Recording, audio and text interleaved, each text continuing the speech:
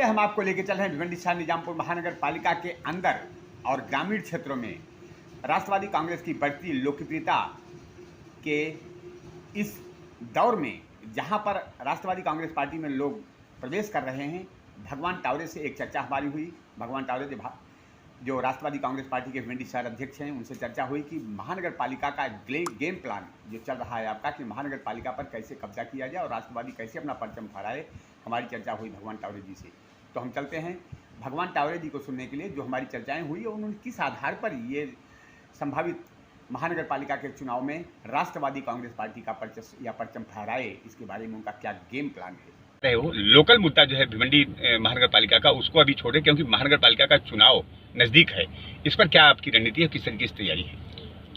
आज जो भिवंडी शहर में राष्ट्रवादी जो बढ़ रहे, ये पवार साहब जो है, जो देश लेवल पे और महाराष्ट्र लेवल पे जो काम कर रहे, उसको देखते हुए भिवंडी शहर के जो आवाम है वो पवार साहब को देखते हुए जो उनके काम है, जो महाराष्ट्र में 3 सरकार की युति बनी है और इस युति से जो कोरोना काल में और जो पूरे महाराष्ट्र में जो काम हो रहे, शेतकरी के लिए, किसानों के लिए काम हो रहे, और जो राष्ट्रीय जो आज जो परिस्थितियाँ है, जो कोरोना काल में जो उत्पन्न हुई थी, महाराष्ट्र में सबसे ज़्यादा कोरोना के पेशेंट थे, लेकिन हर जगह पे ऑक्सीजन और इसकी जो कमियां हुई थी, लेकिन महाराष्ट्र में किधर हॉस्पिटल में या किधर भी पेशेंट को एडमिट करने के लिए कमियां नहीं हुई थी। उनको बराबर उनका जो इलाज जो था वो अच्छे तरीके से हो रहे थे। तो हमारे जो राष्ट्रीय नेता शरद चंद्र जी पवार साहब है, इसका कहीं ना कहीं पब्लिक के ऊपर असर हो रहा है और पब्लिक उसको देखते हुए राष्ट्रवादी से जुड़ना चाहते हैं। जो अल्पसंख्यक के लोग हैं वो भी जुड़ते हैं और हमारे इसमें अभी सभी मतलब जाति धर्म के, तेलुगु है, गुजराती समाज के लोग हैं, मुस्लिम है, जो उत्तर भारतीय जो लोग हैं वो राष्ट्रवादी से अच्छे तादाद में जुड़ रहे। आने वाला जो आपने बोला कि राष्ट्रीय मुद्दे आप उठा रहे, लेकिन जो पेट्रोल, डीजल और गैस की जो कीमतें बढ़ी है, इसका ज़रूर कहीं ना कहीं हर चीज़ के ऊपर असर होता है, क्योंकि उसका ट्रांसपोर्टिंग के ऊपर असर होने के बाद हर चीज़ बढ़ती है और ये केंद्र सरकार के हाथ में है। केंद्र सरकार के हाथ में होने के कारण ये जो आज महंगाई बढ़ी है और लोगों के पास कुछ काम धंधा नहीं है, कंपनियां बंद हुई थी, रोजगार गया है और इस वक्त जो केंद्र सरकार सिर्फ टैक्स पे टैक्स लगाते जा रहे और आवाम के पास आज पैसा नहीं खर्चा करने को। कोरोना काल में सभी फैक्ट्रियां बंद थी, लोगों का रोजगार गया, बेरोजगार हुए हैं और इस हालात में अगर पेट्रोल, डीजल और गैस के दाम बढ़ते हैं तो इसका असर पूरे इसके ऊपर, इकोनॉमी के ऊपर होता है।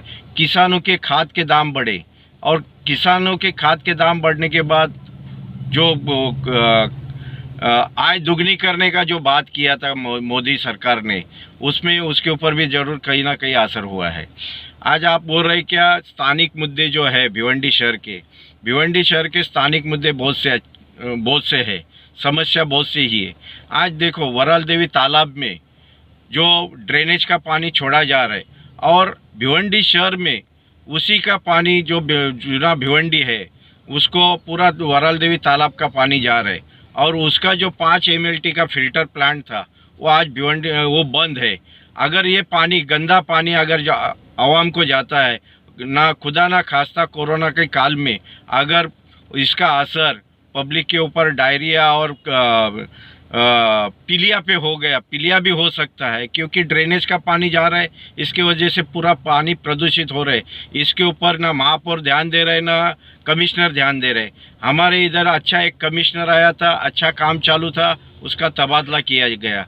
तो भिवंडी के जो मुद्दे हैं, साल्टर हाउस है, रोड है, पानी है और जो घर पट्टी, नल पट्टी जो पानी जो बढ़ाई गई है, ये जो मुद्दे हैं ये पब्लिक के सामने लेके जाएंगे।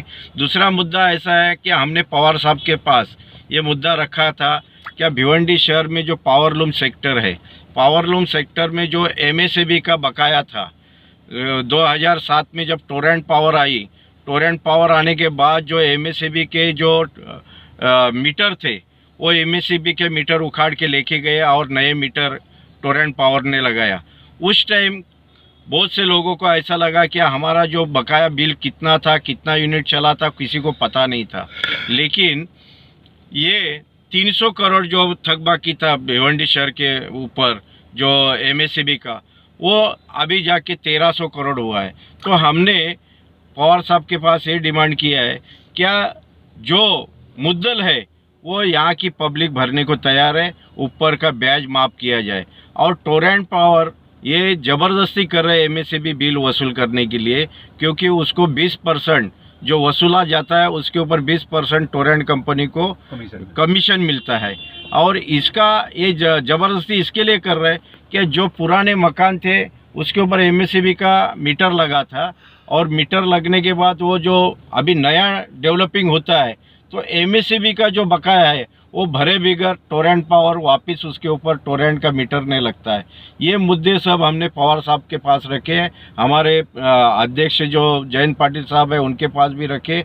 लेकिन कोरोना काल में ये जो बातचीत था ये बातचीत रुका है, इसको हम फिर से मुद्दा उठा के भिवंडी शहर को राहत देने की पूरी कोशिश करेंगे। कार्यकर्ता में जो दूरियां थी वो नजदीकियां जिस तरीके से बदली, किस तरीके से आपने उनको आकर्षित किया? कार्यकर्ता में कोई दूरियां नहीं थी।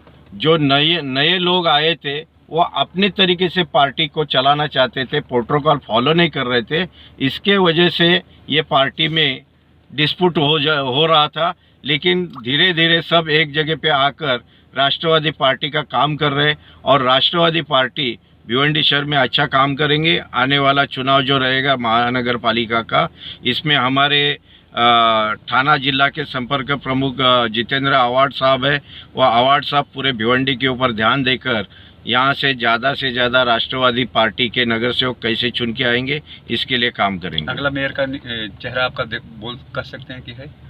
नहीं, अगला चेहरा मेयर का से आई तो अगर राष्ट्रवादी पार्टी बहुमत से आएगी, अगर हमारे पार्टी के जो वरिष्ठ नेता है अगर वो चाहेंगे कि भगवान टावरे के नेतृत्व में महापौर बनना चाहिए तो हम जरूर उसके लिए कोशिश करेंगे।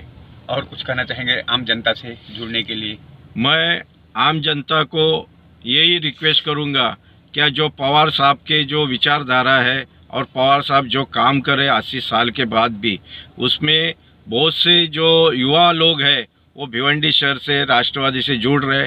मैं सबको आह्वान करता हूँ कि राष्ट्रवादी पार्टी से जुड़ो।